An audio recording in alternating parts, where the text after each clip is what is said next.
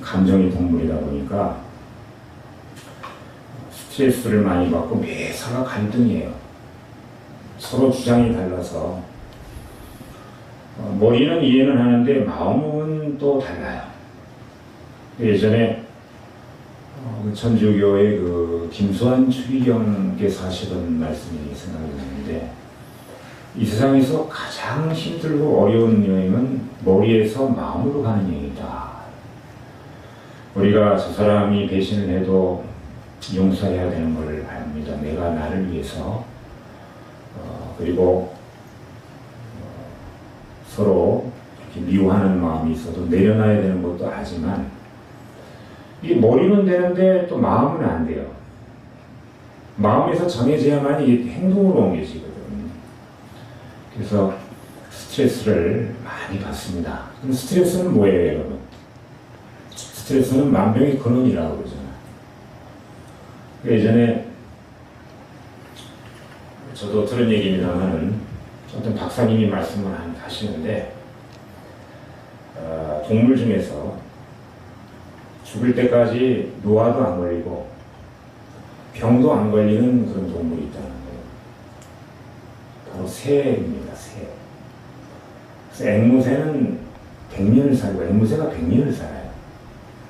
독수리는 두 종류가 있는데 50년 사는 독수리가 있고 70년 사는 독수리가 있고, 그리고 가장 오래 사는 새는 저쪽에 그 알바트로 섬에 사는 알바트로 새라고 하는데 150년을 산다고 해요.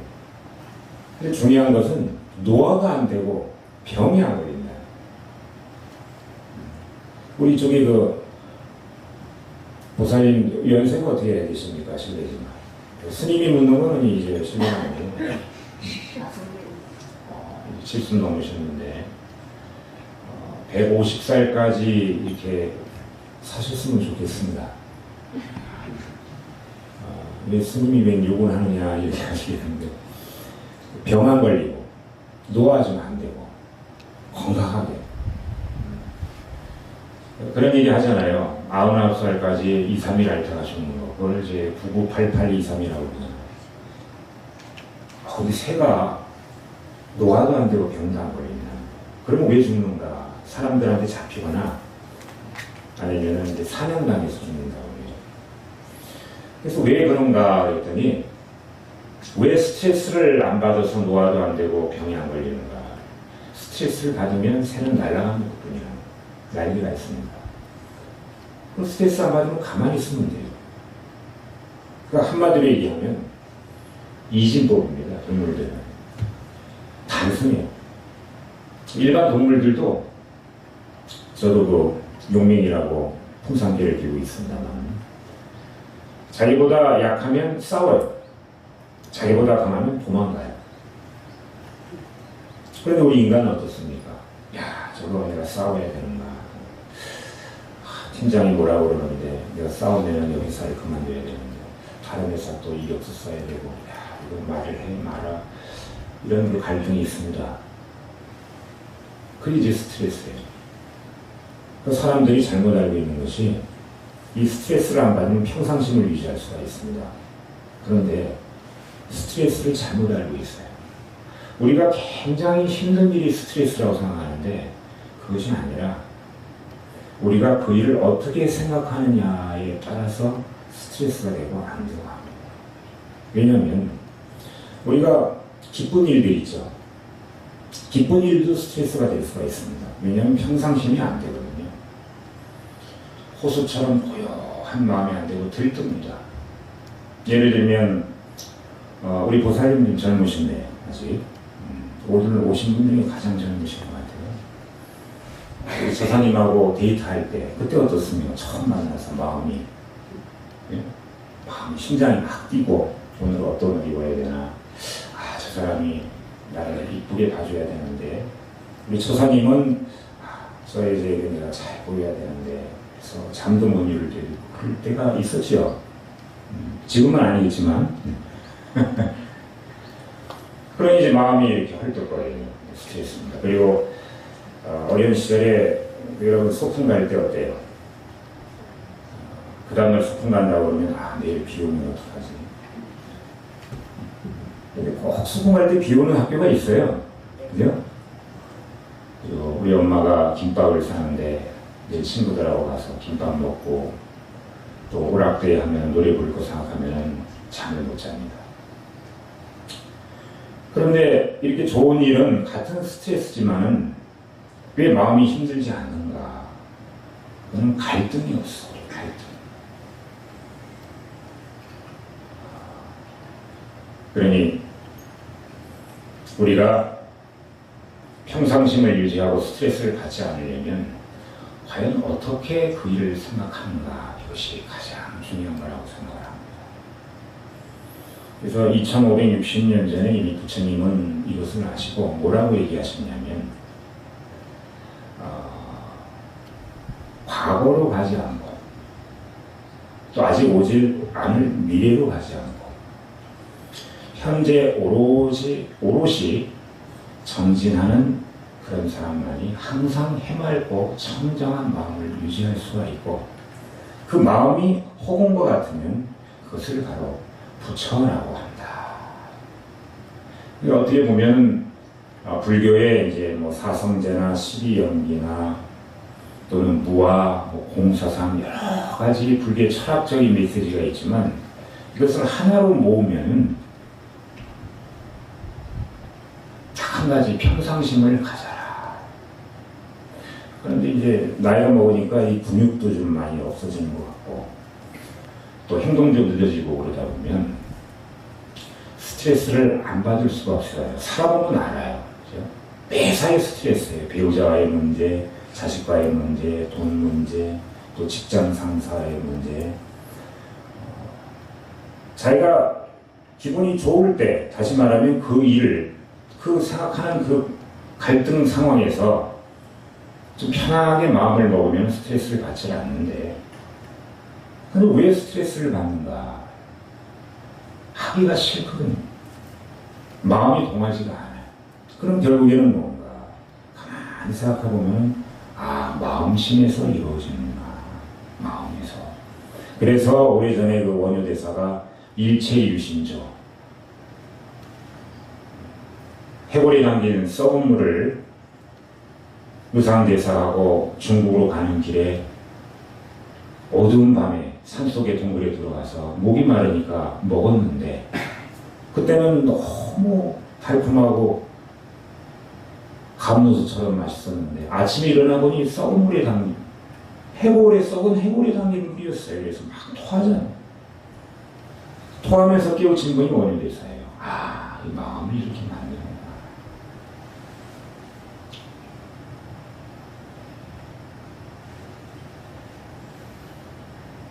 결국에는 우리가 동물의 왕국이나 이런 세계에서 새들을 보고 동물들을 보면서 인간이 저 동물보다 현명하다고 얘기할 수 있을까, 이런 생각도 들어요. 왜 그런가? 새는 스트레스를 안 받고 노화도 안 걸리고 병도 안 걸린다는데 그 이유는 날아가는 부분이 있는데 그 새 발목에다가 작은 실을 하나 묶어두면 날지 못합니다. 그 어떤 새는 날지 못해요. 우리 인간은 그 새에게 묶어놓은 그 실보다 더 많은 실타래 실오라기가 묶여져 있습니다. 첫 번째는 욕심이에요. 그리고 탐내는 거예요. 그리고 어리석음입니다.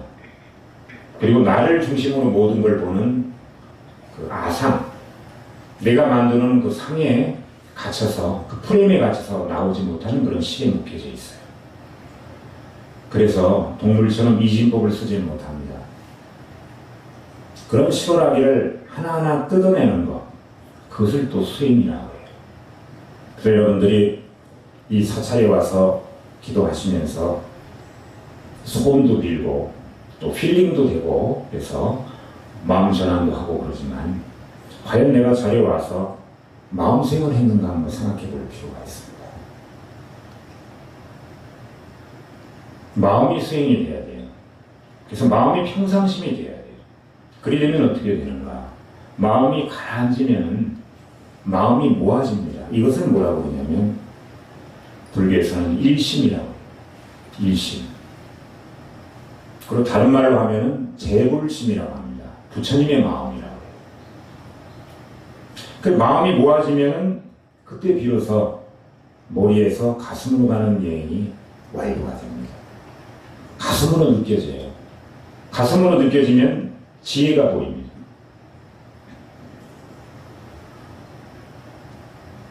제가 오랫동안 주역을 연구해서 명리학 공부를 했었는데 명리학이라는 것이 굉장히 단단한 이론으로 만들어진 학문입니다. 하늘의 기운이 10개가 있고 땅의 기운이 12개가 있어요. 그럼 인간은 22개의 기운으로 갖고 살아. 22개를 다 갖고 있다 그러면 여러분들이 항상 직선으로 상승곡선을 이루겠지만 그러지 못해요. 8개만 갖습니다. 그걸 사주팔자라고 합니다. 근데 사람들이 항상 하는 얘기가 억울해해요. 왜 나는 이렇게 태어났는가? 그럼 다시 말하면은 여러분들은 22개를 가져야 되는데 8개만 가지니까 한 40% 정도 가지고 사는 거예요. 모든 인간관계나 사람관계는 50%면 만점입니다. 근데 잘못 생각해서 스트레스를 받아요. 왜? 나는 모든 사람한테 100점을 맞아야 돼. 그냥 100점에 대한 이 판타지가 잘못된 겁니다. 나를 좋아하는 사람이 50명 있으면 싫어하는 사람이 50명 있을 수밖에 없어요. 남편의 사랑을 50%만 받아도 100점이라고 봅니다. 부인의 사랑을 50%만 받아도 100점이라고 보면 됩니다.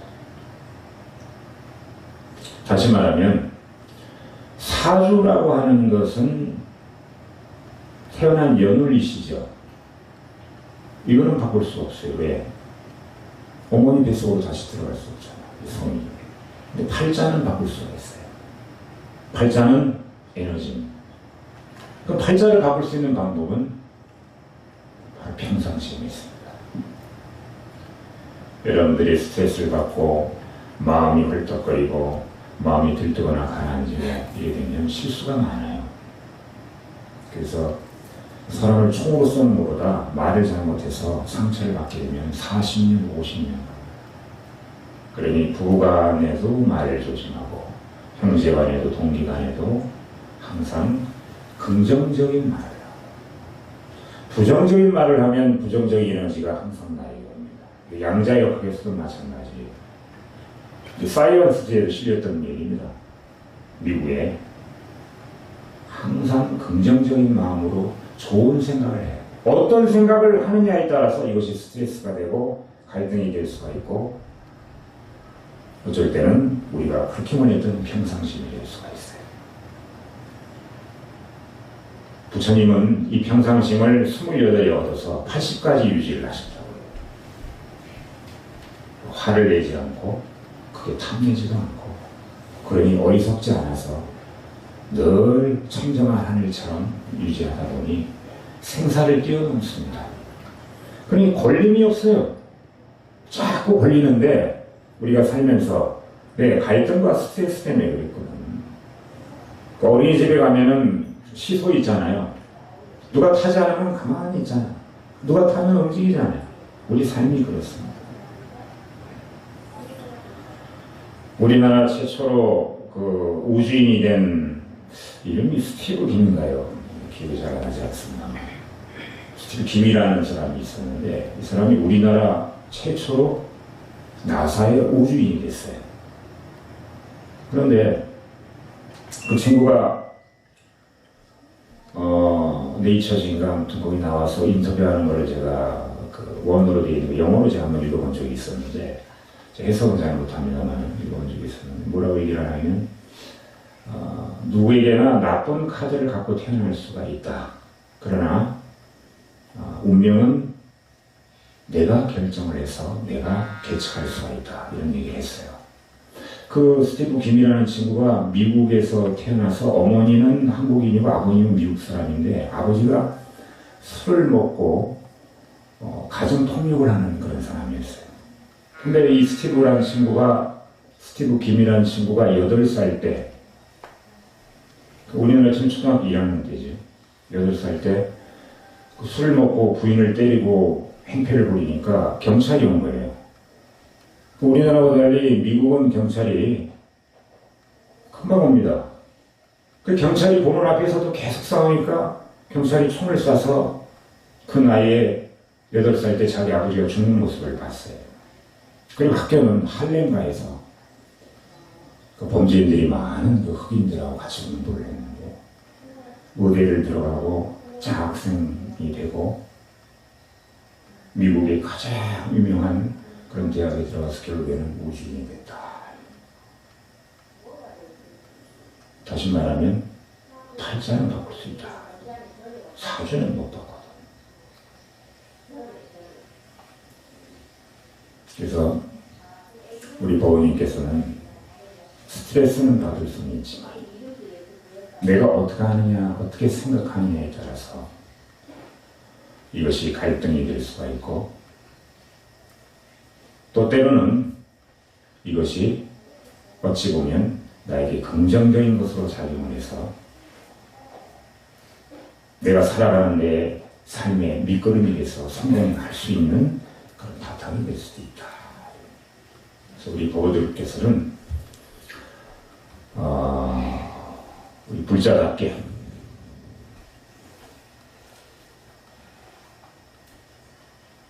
새처럼 날개는 없지만